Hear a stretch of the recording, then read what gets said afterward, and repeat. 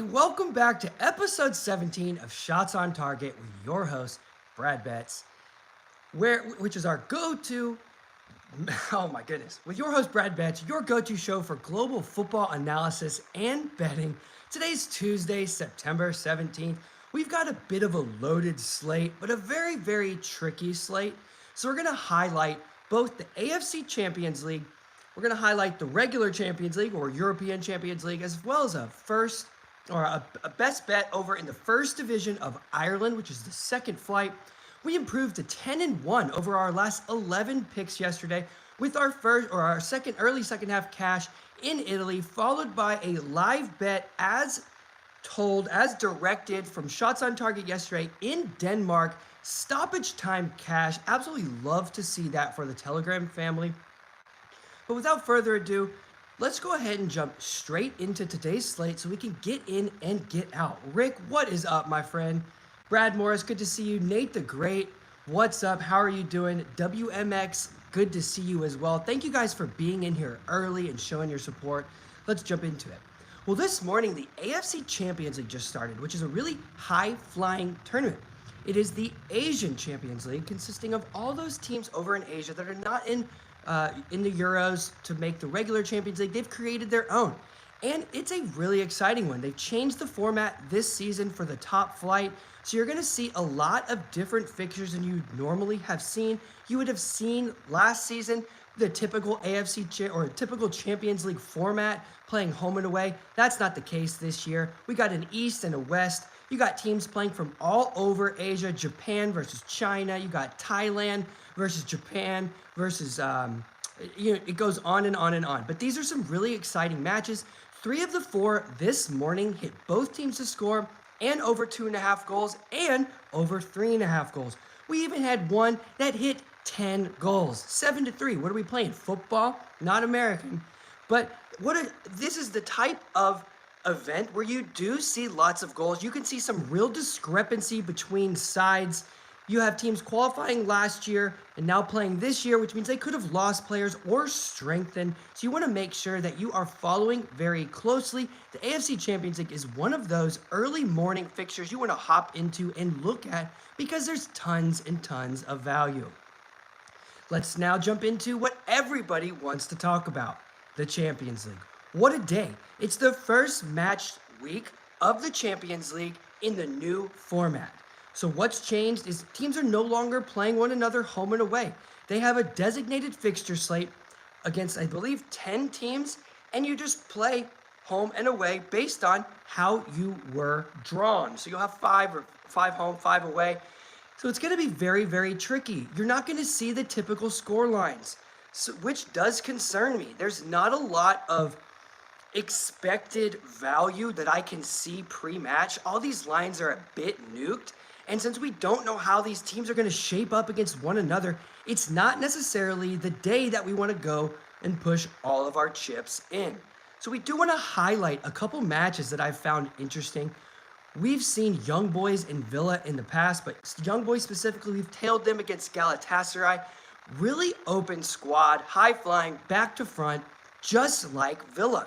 These are 2 teams that don't necessarily sit in deeply to absorb pressure and try to hit on the counter. They like to take possession. Yeah, they like to counter, but they like to take possession, control the outcome, get plenty of chances. And in this matchup, I don't necessarily know exactly what to expect. You have Young Boys coming in scoring in 27 of their last 31 at home. That's regular production for a good, strong side. But Villa, they come in scoring in 34 of their last 43. You have Young Boys conceding, 9 of 10 and 2+ in 8 of the last 10 matches. You've got Villa coming in conceding in 9 straight. But it's still the beginning of the season. Some of those matches for Villa were over the summer. They are a strong side, but a porous side nonetheless. I do expect to see goals, but the lines are gross, and I'm not going to consider parlaying the BTTS and the over 2.5 together. If these sides come out, both of them attacking really well, I'm going to try and jump onto these numbers early when there's better lines. But pre-match, it doesn't really make sense to take a look at those 2 combined. There's just too much variance, too much potential for not having a lot of success. So What does that mean? It means pop into the Telegram. There's a good chance that I could have a live look on this match or many of the other ones.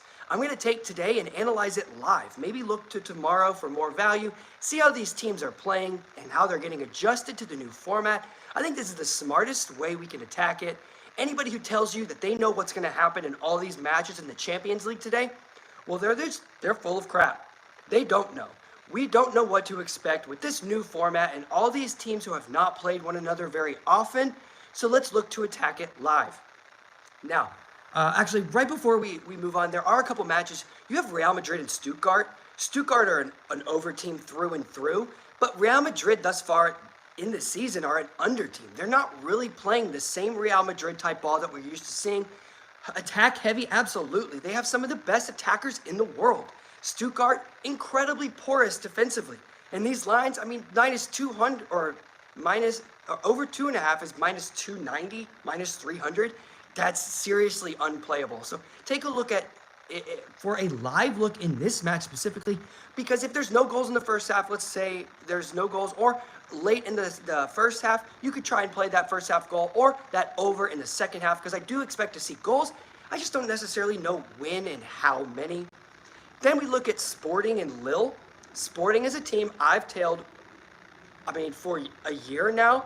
They are a scoring powerhouse. They've scored in 33 straight matches. They have really top attackers, $100 million Gyökeres, absolute stud of a player. He's going to push that line. Lille looked pretty poor to start the season.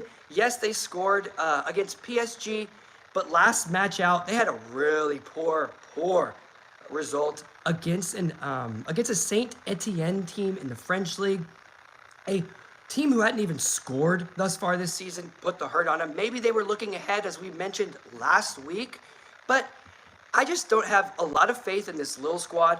I don't necessarily know how many goals Sporting are going to score, but it looks like with Lille scoring in 29 of their last 32 and Sporting scoring in 33 straight, there's potential for goals in this match, but that's one of these matches where you want to check that first 10 minutes. How is Lille attacking Sporting? If they're getting chances and getting in behind that defense, getting crosses, and just missing, BTTS could be a very strong look.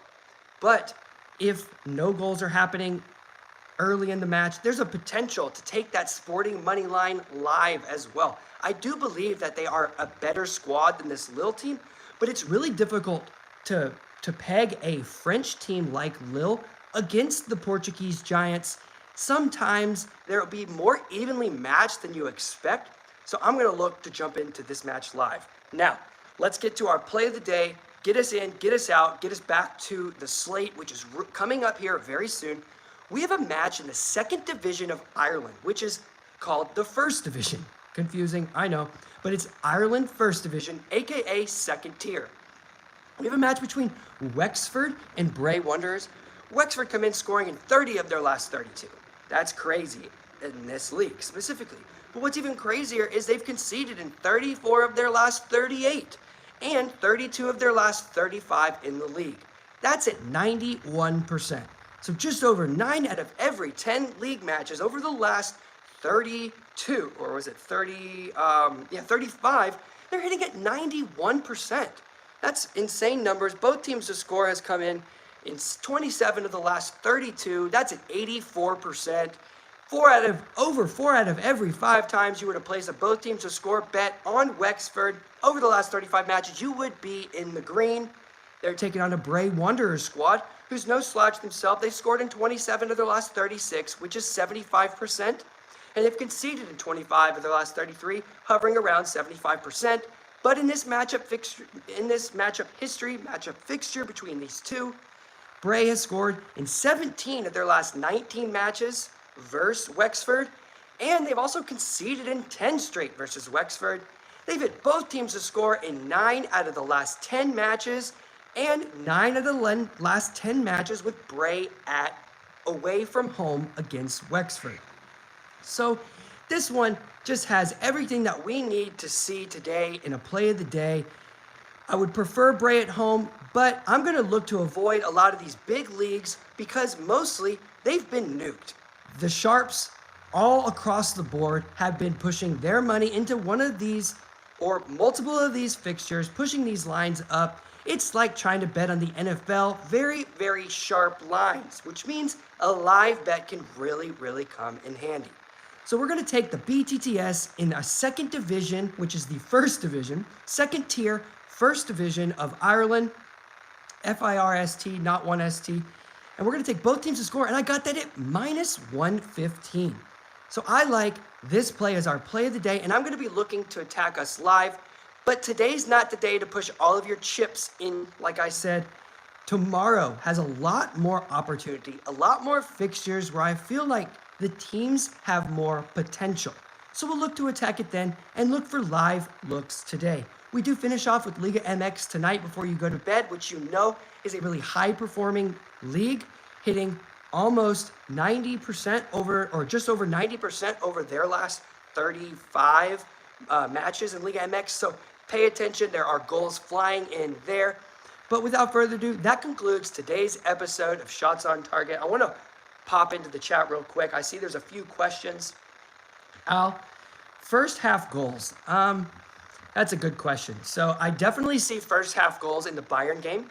They always have a first half goal. I think they're going to be they're going to be way better than Dynamo Zagreb. But Dynamo Zagreb should be coming out to try and minimize risk, to try and sit back in front of their net and hold off as long as possible.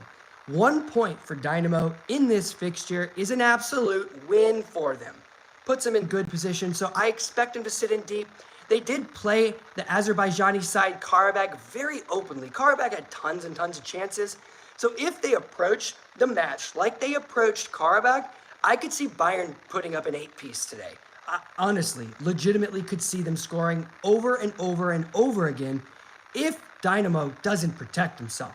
So I don't necessarily know what's going to happen at the beginning of the game, but if you see Bayern on top early, just like they were this past weekend against Holstein Kiel, they could put the absolute hurt on them. So that's a match that I do like a first half goal. It's going to be juiced to crap, Al. I know that. Let me look this fixture slate real quick just to see what we might have. Okay, first half goals. Juventus and PSG is a real interesting one. I could see that being 0-0 at half and ending at 1-1. It's real tough. I could see it 1-0 at half, 0-1 at half, ending 1-1. I don't necessarily see 3, 4, 5 goals in that match. Not the way Juventus is playing thus far this season. I could see a first half goal in Young Boys Villa if you want to put that with the Bayern Zagreb, maybe even Bayern to score in the first half. I don't know what those two numbers would be together, but that looks okay. Real Madrid and Stuttgart, I think that has potential for a first half goal. Like I mentioned, this past weekend, you saw Stuttgart perform once again against Mönchengladbach over in the Bundesliga. An absolute high-performing team. They don't stop. So this is another one, just like Bayern, where if Real Madrid get out here and start dictating pace, they could score a lot. But I also see Stuttgart finding the net because they have tons of potential. The BTTS in Juve PSV Tosin is an okay look, but I don't love what Juventus is bringing to the table right now.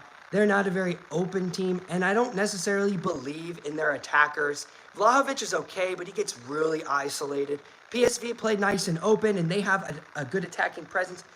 But I don't know how these two teams are going to face off against one another. BTTS is probably the best look in this match, but I don't even see this as a top-tier look for all the matches today. I think we could find a lot more value potentially live, maybe even in that over 1.5 goal market for that match. If no goals are in the first 25, 30 minutes, that's going to be able to be played so easily.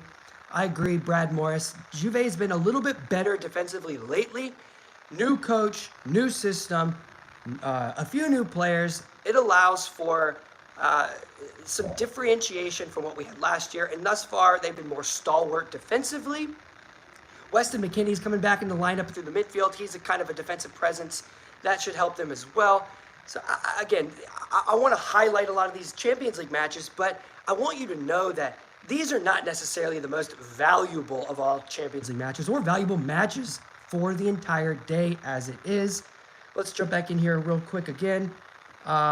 Russell, I appreciate you for being here as well. Thanks again. I think that looks like it says Lille's away form makes me fear strongly think Sporting would win 2-0, 3-0. I don't necessarily disagree there. If Sporting get on the board early, which they do regularly, this could be one of those they score a whole bunch of goals. But with Sporting, they're just better. And I think that if there's a potential in this matchup to get one or maybe get a second, they don't have to push forward too hard. And they can kind of sit on that. 3 points is absolute gold. Anybody who knows this new format, understand there's only 10 games. You're not getting that home and away fixture. You're not going to play that team again. So if one team scores today, expect that other team to be shelling out to get that goal. That's where your live value is going to be. If Juventus score, I think PSV have a good chance to score. If Young Boys score, or Aston Villa, if they score, I think Young Boys has a good chance to score. If Lille scores, Sporting should score. If Sporting scores, it should push Lille. But I just don't know. It's going to be a tough day. So we're going to go ahead, get out. There's tons of information. Hopefully this helped. But we'll be way more